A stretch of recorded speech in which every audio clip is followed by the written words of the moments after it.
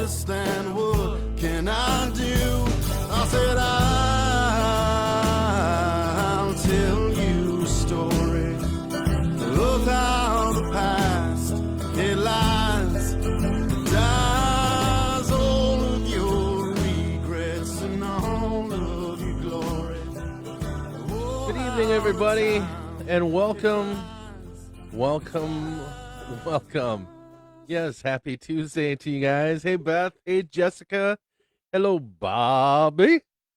So, welcome to b.hive Productions Tuesday Tales, and we are reading from my upcoming novel, The Ballad of. I was going to say The Battle of Broken Bird, and some chapters feel like it, but no, it's The Ballad of Broken Bird. We are on chapter 34, which kind of amazes me at how fast we've plowed through this book. I wish I was only 318 days until Christmas. Well, hopefully I'm done with this book before Christmas, Bobby.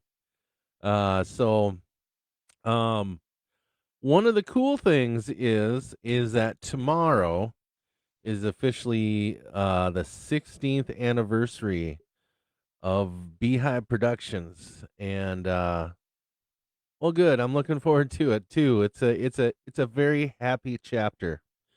Probably one of the happiest of chapters that is going to be in this book. Period.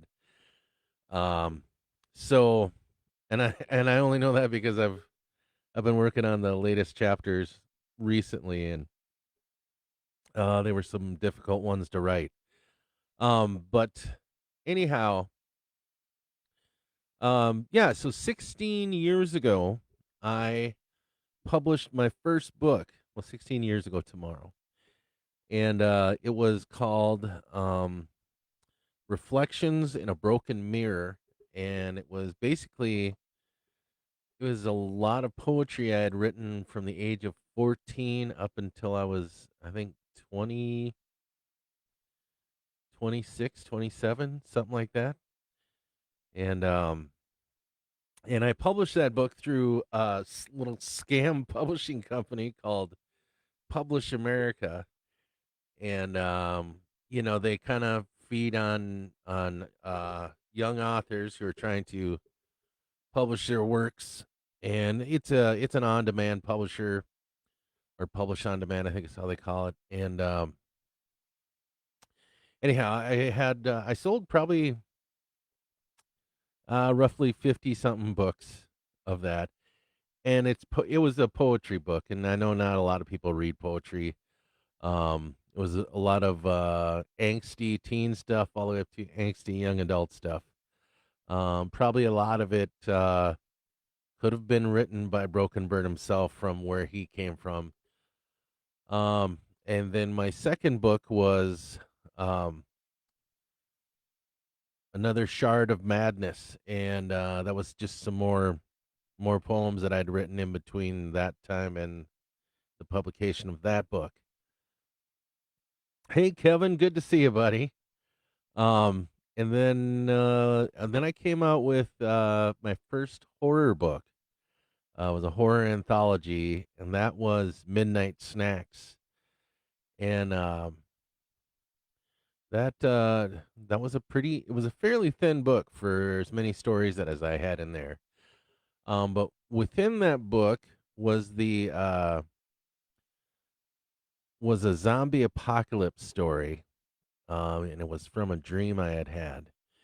And one of my friends who have bought all my books and read them. I mean, I've got a lot of friends that have my books that have not read them at all, but they read it. They love my stories, and they said you really should make that into like a novel. And I'm like, how do you make a zombie apocalypse short story into a novel? So I just ended up rewriting it, and next thing you know, I had 20 something chapters in it, and that became my next book, which was Zechariah 14:12.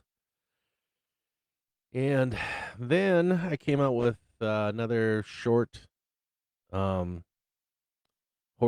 anthology, which was Nyctophobia. And from there, I wrote Then I came up with Bar Napkin Rants, which was a lot of poetry and stories that I'd written when I was recovering from cancer, losing a relationship, losing my grandmother, and losing my mom, all within a year's time. And I spent all my time at Pimo's, who you all know, and I pretty much I was there from open till close, sometimes later than that, Monday to Monday. And I wrote a lot of shit down on napkins that I was feeling, and that's how that book came about. And and then yeah, Kevin, you two talk about your Christmas. Um, and then I wrote, um, what was my next book after that? Oh, Sleepwalkers came out, and or Sleepwalker, and that was basically that stemmed from a dream when was hunting with my friend Jim, and he likes to start out early, and I was up in the deer stand, and I fell asleep waiting for the sun to come up, and I had a dream that I kept falling into these different realities, and when I finally did wake up for real, at least I'm hoping it's for real, I I go, holy shit, that needs to be a book. So that's how that book came about. And then we came out with Pavor Nocturnus. And then after Pavor Nocturnus came Thin Spots. And then I believe Thin Spots was the last book I wrote, or my last book I published.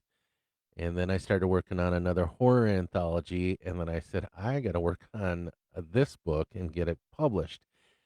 And you guys, and that's kind of how we came up with Tuesday Tales. Was I was going to read this manuscript to you, what I had of it, and and then I was going to read you guys a chapter every Tuesday, and hopefully finish it by the time I got done.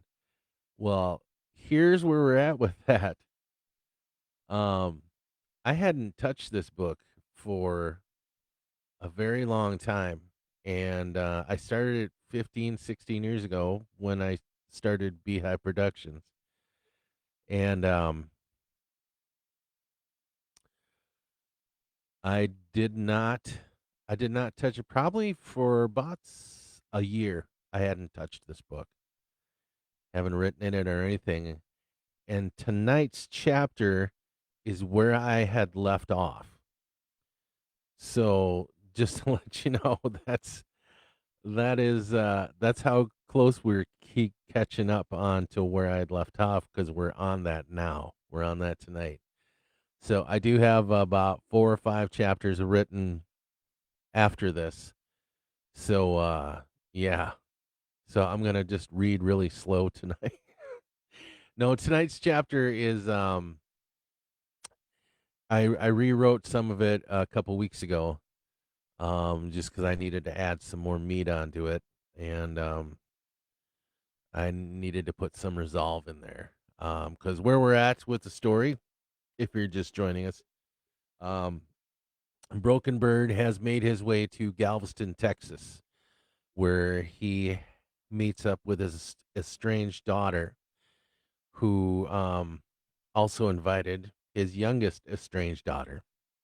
And so he met up with both of them, and they were both pretty angry with him because he had been estranged from them for about 5, 6 years, and now he has begun to mend that bridge. And I thought, well, I can't just do that in a chapter. It's got to go into a couple chapters at least. And so that's why I extended this one, as well as I extended last week's chapter too. So, but this is part two. And I think whoever is here now is going to be here. And I don't see an issue with starting out tonight. How do you guys feel about that? Um.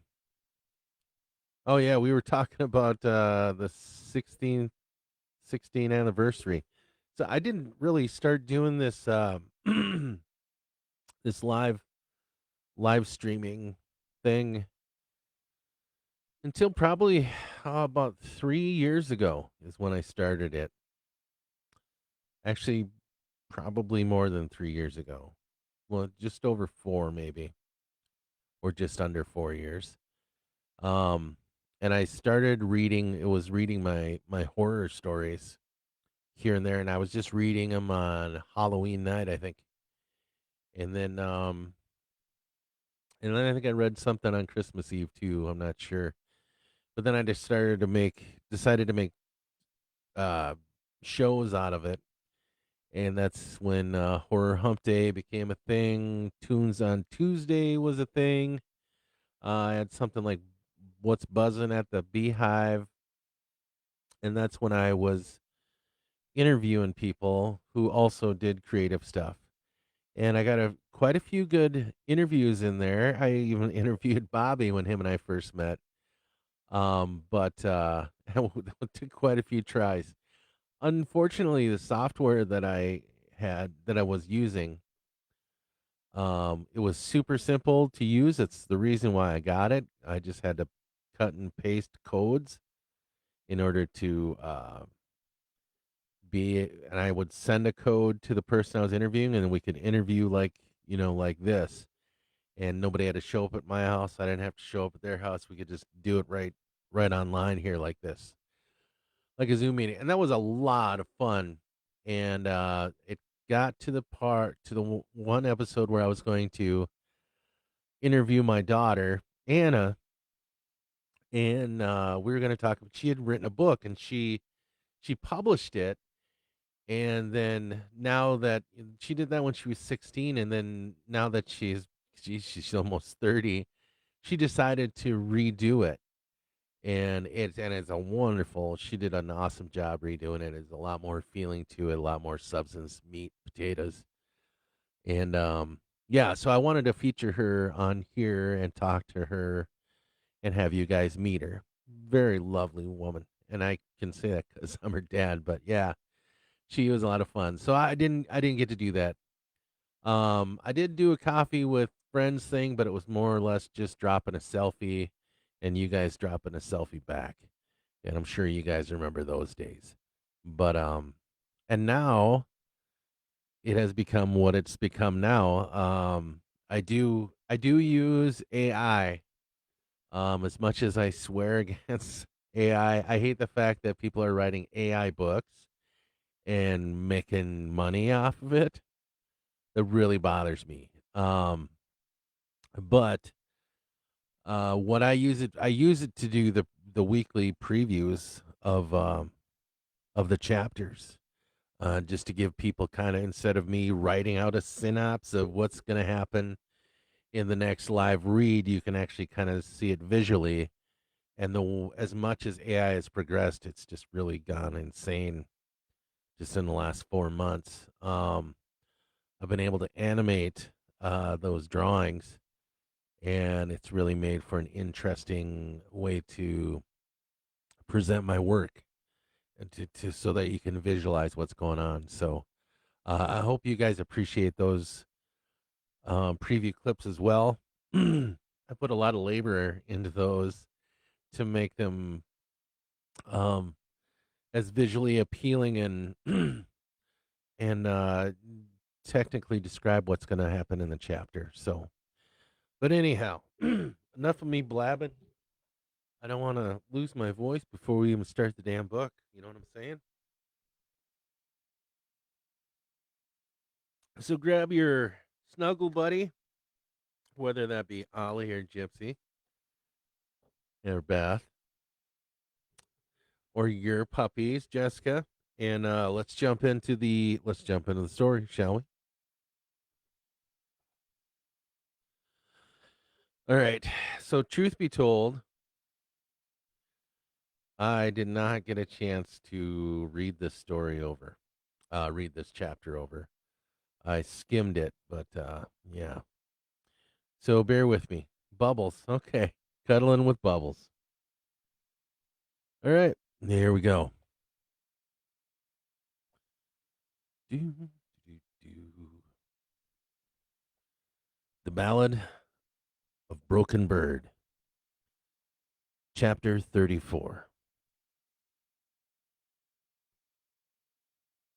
It amazed me watching my adult children. You spend your parental life thinking about how badly you must have fucked them up. And here they are, knocking life out of the park. Of course, they were young and inexperienced, and they were going to make some mistakes along the way. But just being with them the short time that I had, I realized what stable heads they had on their shoulders. They will always be my babies, but they were growing into remarkable women. This is probably my most favorite part of the whole trip. And part of me understood what my father was saying about sticking around family was more important than this little jaunt I was doing on my motorcycle.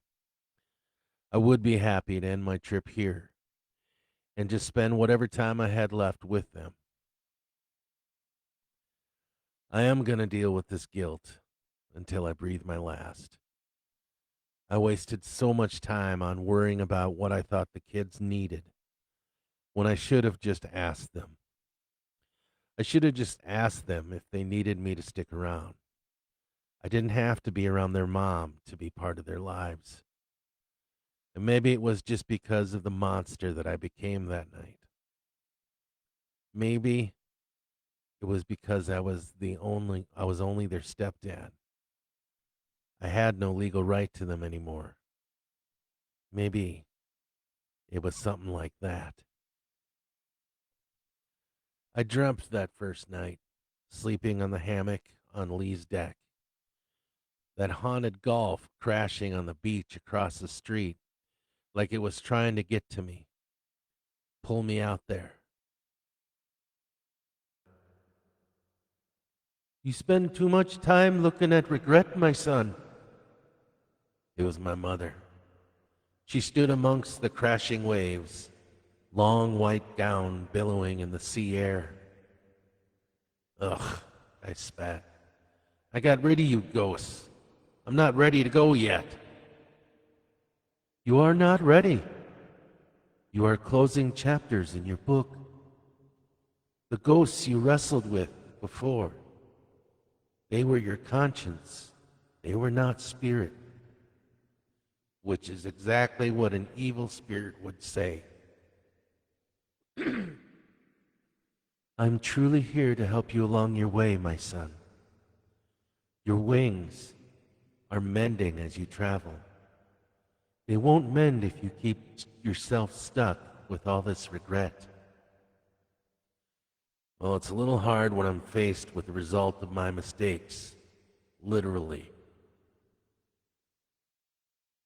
When I passed on, I did so with so much regret on my back. I wandered for so long, trying to rid myself of it. But we all heal, either over there or over here. What regrets? I wasn't very good for your father. Yeah, you had him raise someone else's son, Mom. I am sorry for that. To you both. You used it as a weapon against him, Mom.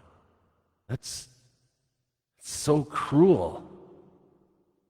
I did. I left you both to deal with that reality, and I'm so very sorry. I can't. Fuck, I don't know how to deal with all of this shit. You're dealing with it fine, my son. But am I? You're dealing with it the best way that you know how. I'm chasing ghosts, Mom. I'm wasting my time chasing ghosts that I've spent most of my life running from. You've been healing yourself along the way. You've healed others as well. Well, I don't feel like You are together with your kids, aren't you? Yes, but did you think that this would have happened if you didn't get sick? I chewed on that for a while. No, I don't think I would have done any of this had I not got sick. Mom, I said, but there was nothing but the wind blowing and the waves crashing into the break. The sun was beginning to glow in the horizon. Dad? It was Coral. Hey, kid. I checked my cheeks for tears. You want some coffee? She was growing into a beautiful woman. I started to miss the little one she used to be, as dads sometimes do. I'd love some. She had already poured me a mug, and she leaned on the railing next to me. Did you sleep? She asked. Ah, I'm not sure, I said. Not sure what that means. You get to be my age, kid. You don't know if you're in the waking world or a dream. Are you scared? She put her hand on mine. I looked down at her hand and remembered how tiny it used to be. And then I stared into her baby blue eyes. They had looked sad. A little, I said, but not scared about dying. I'm scared about not being able to finish this trip. I don't think it's fair.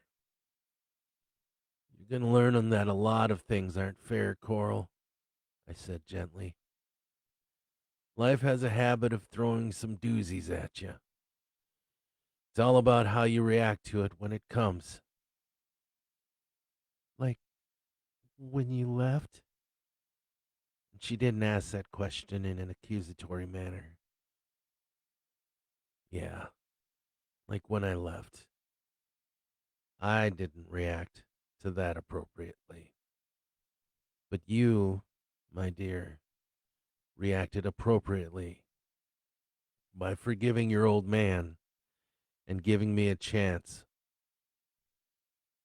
Dad, we we both understood why you reacted like you did then. And I didn't expect that. We both know how Mom can be sometimes, she continued. And more than that, we both understand that you and Mom are human beings and that you're allowed to make mistakes. I turned to look at my grown up. Coral, I said. How? I hugged her tightly, and I cried a little. Parents, you spend your childhood depending on them, your young adulthood blaming them, and then after life kicks you around a few times, you realized how human they are. There's regrets on their faces, and the want to love you and make up for all of it. But really, it's okay. For my folks, at least. Hopefully, for myself and the kids' mom. Lee shuffled out on the patio. Doesn't anyone in this family believe in sleeping in? Come here, kiddo, I said, and I welcomed her into a group hug. What's going on? She asked. Healing, I said. You're both healing me. So, you're cancer free? Coral asked. Oh, I wish that were true, honey. I so wish that were true. We spent the week getting to know I spent the week getting to know my kids all over again. Some of the things were hard for me to hear about, like boyfriends, getting drunk, getting high, sneaking out of the house, etc. Then there was news about Lee getting remarried, outside wedding to a guy with a short temper. But that evidently eased up after he and Lee had their own baby.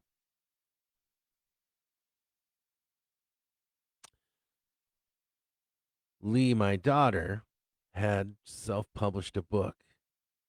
Milk and Honey, it's called. It's about a young transvestite whose name is Honey. He's inspired to come out of the closet after watching a news conference with Harvey Milk. It's set in the late 70s, early 80s.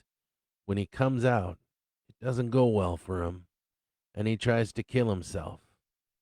It's very well written and a very sad story.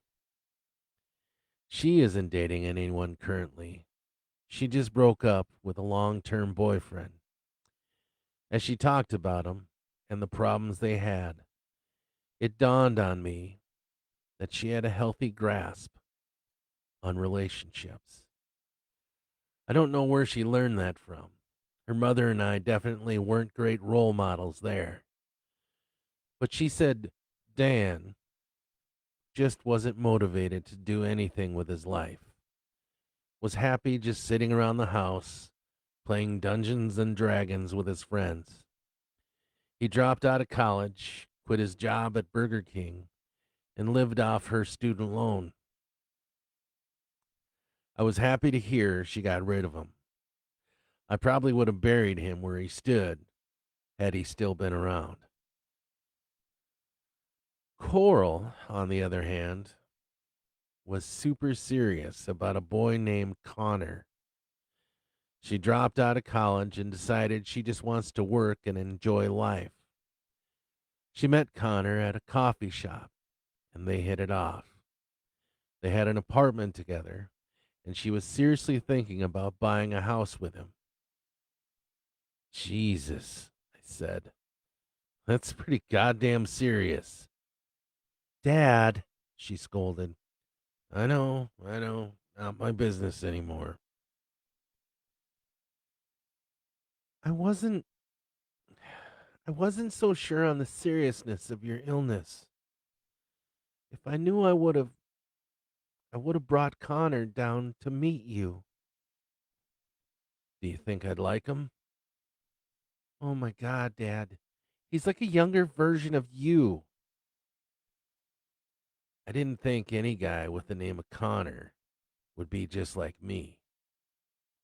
But I also worried if he was messed up like me too. He's actually all the good things about you, Lee said. And all the annoying things too, Coral laughed. He constantly teases me like you did. And suddenly, a wave of sadness hit me. The thought of missing her, walk down the aisle with some guy named Connor, waiting at the end to get married. The thought of grandbabies I'll never get to meet. All of that stuff. Dad, Lee said, concerned. Sorry, I said, taking a deep breath that hitched. I had a sad moment there for a second. We sat there quietly for a moment, listening to the waves of the haunted Gulf crash on the breakers across the street. Dad? It was Coral this time. Yeah, kid, I said. How will we know? I mean, in, when you die, who's going to tell us? Fuck.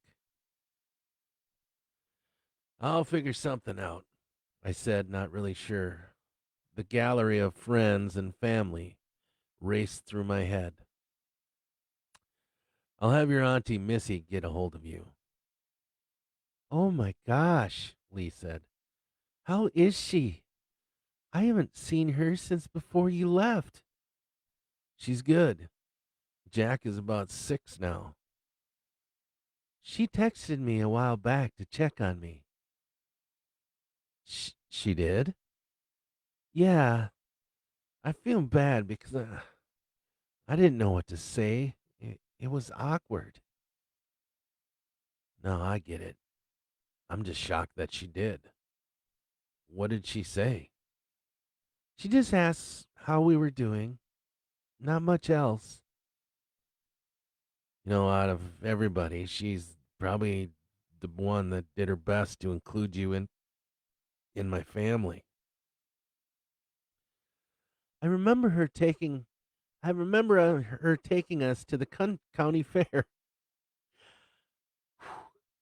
I remember her taking us to the county fair and buying us as much candy as we could digest, Coral said.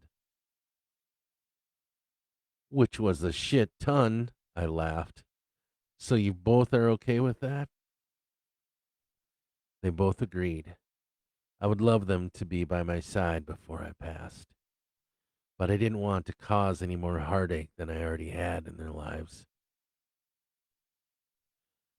I'll give her all the information you'll need, access to bank accounts, passwords, and all that.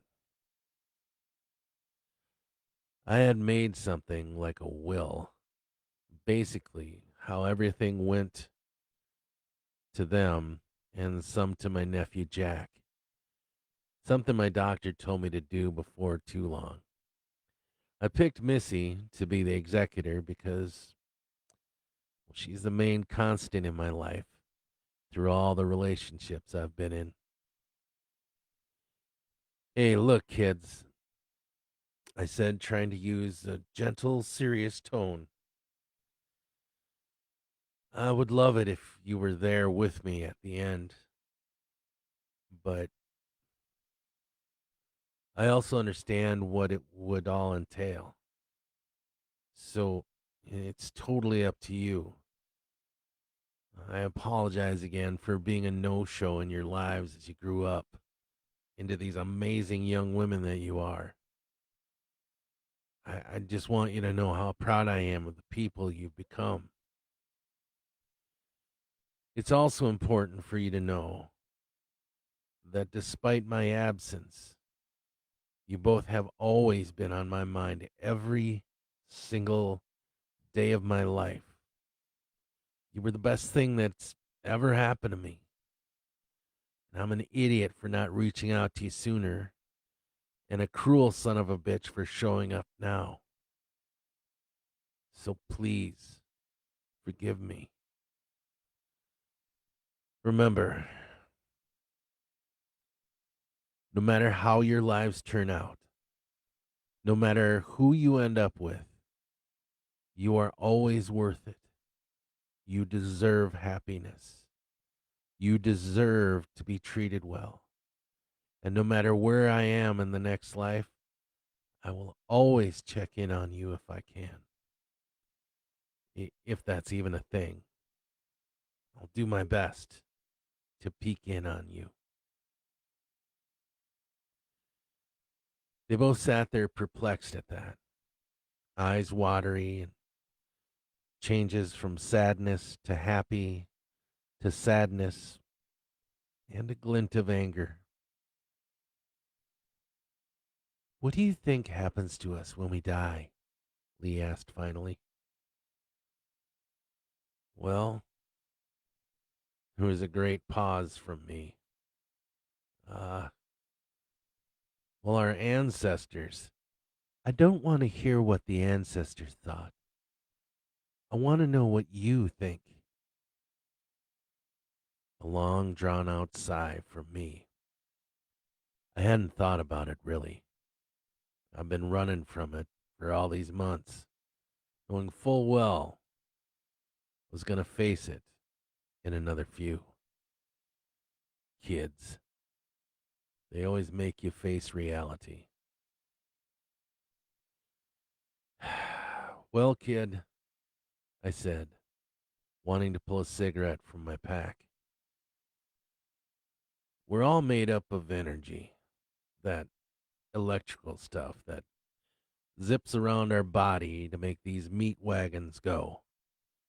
The stuff that makes us who we are. Like our souls, Coral asked. Like our souls. And when our bodies, or meat wagons, get old or sick and get too weak to hold all this energy in, they pass on, shut down, die. That's right. These living machines die. Do you remember from school what happens to energy? It doesn't die, Lee speaks up. It just moves on to something else. Physics 101. It moves on to something else. Some people say reincarnation.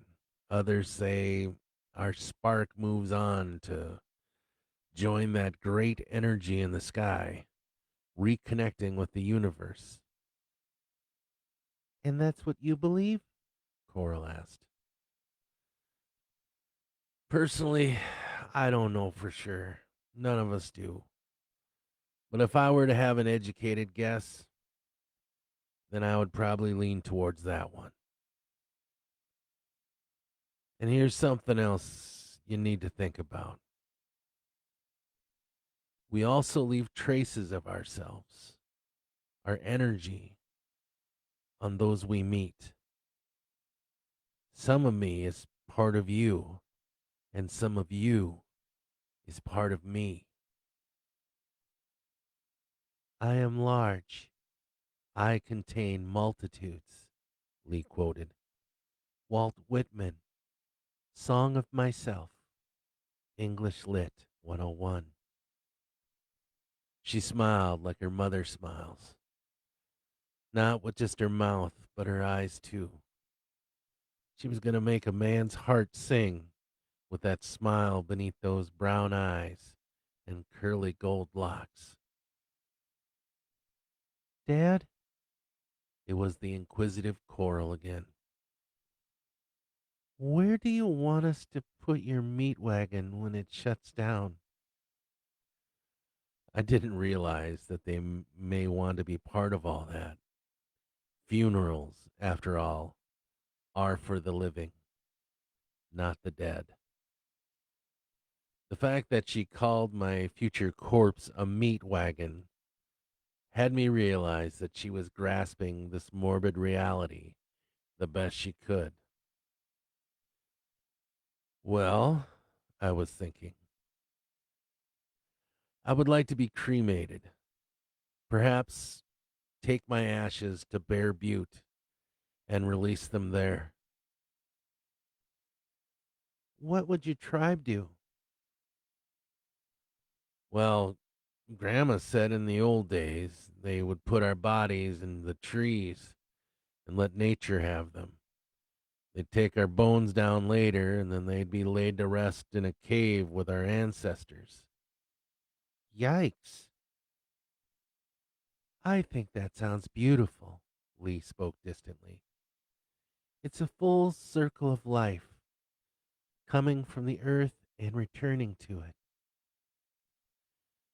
I thought about the conversation I had with old Ben Losthorse about relatives and nature, about how we gift each other through life and in death.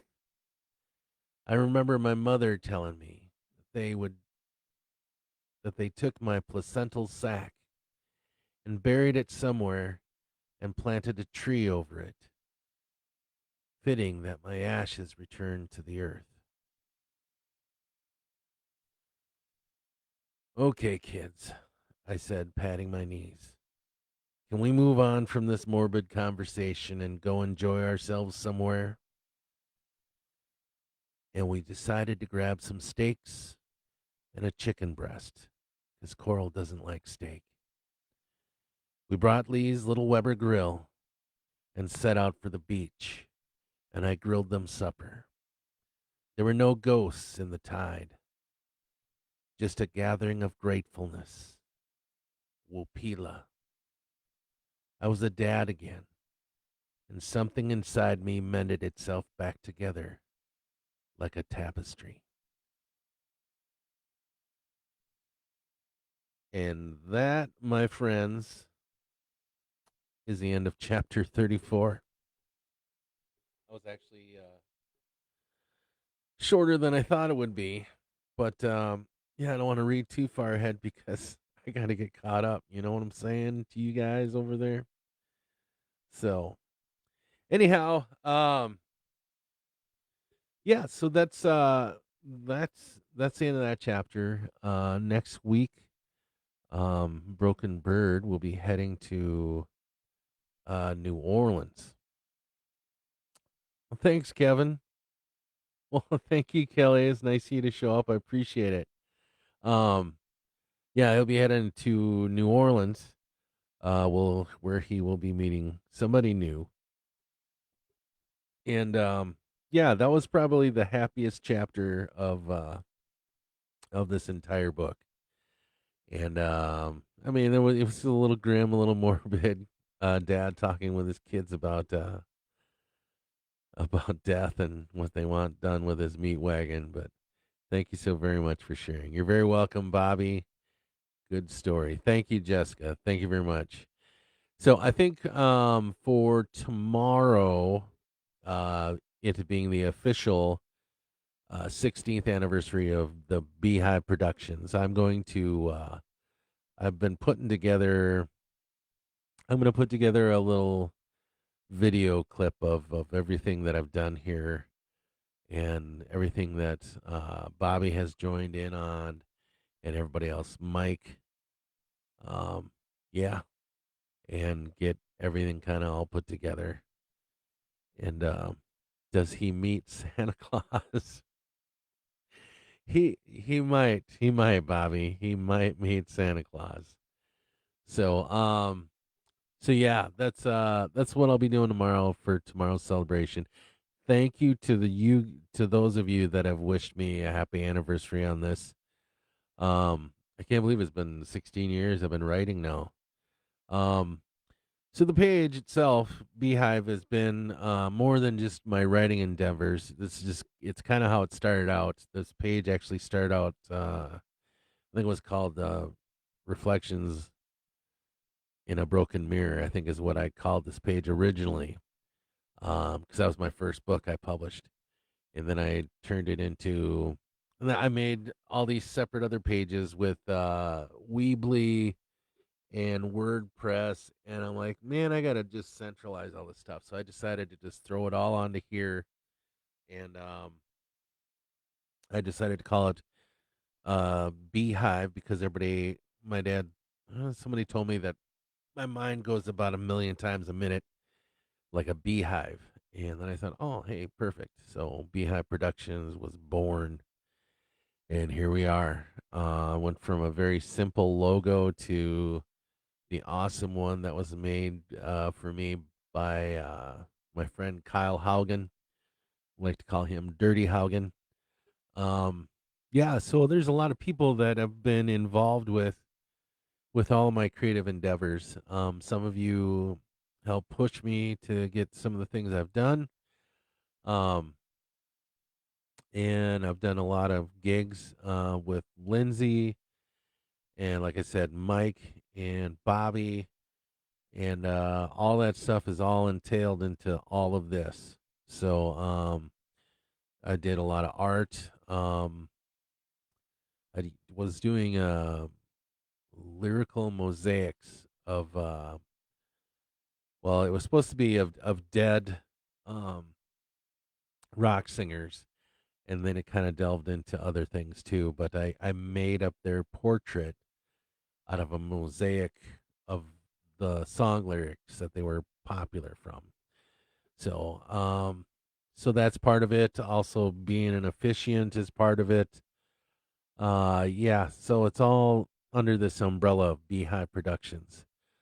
Um, we've been making a positive move, I think, towards Pimo letting us use his Apocalypse Studios as our studio to do coffee with friends. I think I'll be moving Tuesday Tales also to Apocalypse Studios and be doing it from over there.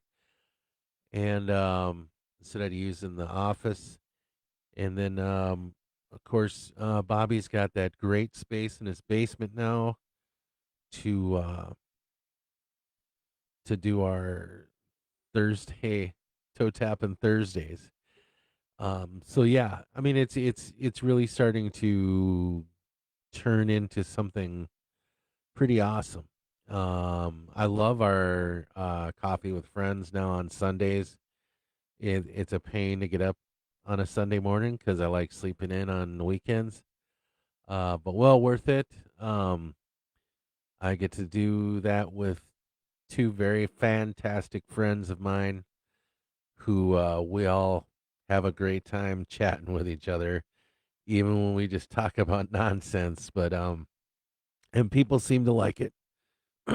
Our audience has been growing, so that's cool as well. So yeah, and all of this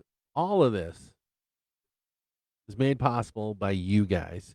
By you guys following me, you guys liking my page, your support, whether it be through stars or just sharing my stuff, liking my stuff, um, inviting your friends and family to my events, coming and cheering us on and on live events in person, buying my books. All of that stuff has just really help move me ahead. I'm not some big digital creator where I'm making a ton of money and I'm not influencing anybody. But that's really not what this is all for. Thank you very much, Bobby. Thank you, my friend, for the stars. Um, I'm doing this because this is a great outlet for my creative stuff, and so I'm going to keep using it. And it also helps me keep in contact with you guys, my friends. I mean, I see Bobby almost too much. I see Bobby a lot all the time, but the rest of you I get to see. Um, Jessica, even though you live across the street, I mean, I get to see on here quite a bit. And then Chuck, I couldn't tell you the last time him and I actually saw each other face to face. Shannon, I hadn't seen for a long time. Kevin, it's getting to be a while since I've seen you, buddy. I'm gonna need to make a road trip. So, but yeah, and Kelly, please, I can't even remember last. Well, what was it? What did I say? It was 12 years ago that you and I saw each other. Holy crap! Anyway, so yeah, all of this stuff is made possible by you. So thank you very much. Because I mean, to be honest with you, if nobody showed up on here and it was just night after night of me just talking to myself or Bobby and I just playing to an empty screen, I probably wouldn't be doing this. 12 years. Holy cow. Holy cow. Um, so yeah. So if you guys weren't showing up, I probably wouldn't be showing up either. I would still be playing guitar and still writing. I just wouldn't be doing this with it. This has really helped me want to do more. So thank you very much. I don't even know how to thank you. I do think with the Coffee with Friends coffee mugs that we have, I think once we get the spelling right on it, I think we might start swagging that and maybe do some T-shirts and some keychains, and also do that with the page or whatever. So, um, yeah, stickers, all kinds of stuff. It'd be kind of cool to do that. So, so hopefully this year maybe we'll get that done. Maybe with the those stars Bobby just sent me. We'll see what that pays for. So, well, great, Jessica. I'm glad you enjoy Story Hour. I know we did talk about doing a poetry night, and we may do that. we maybe do that coming up. I don't know. They're trying to rope me into becoming a kind of like an assistant coach for a robotics team. And I'm like, I don't know anything about robotics. What are you talking about? But I think it's because they need somebody here on Thursday evenings because they're going to. I think they want to use this space for it, so they just need somebody from the company here to babysit. Since I'm the one that lives in Winthrop, uh, yeah, I get to be that guy. Thank you for including all of us. Oh, wow, it's not like I drug you here. I just inundated your inbox with a ton of stuff. That sounds naughty. Anyway, you guys have an awesome night. Come back here on Thursday night. Bobby and I are gonna be playing something. I don't know what the theme's gonna be this Thursday, buddy. But we'll figure it out. We might just be playing some fun songs. We'll see. We'll see what happens. All right. Have a great night.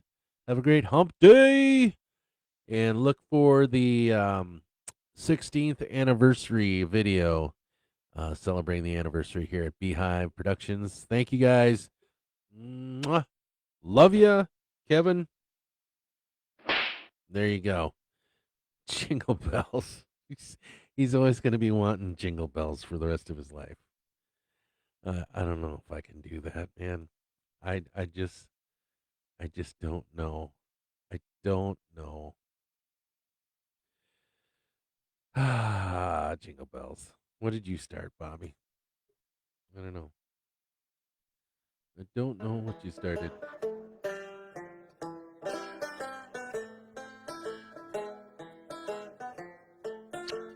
Peace, guys. Have a great night.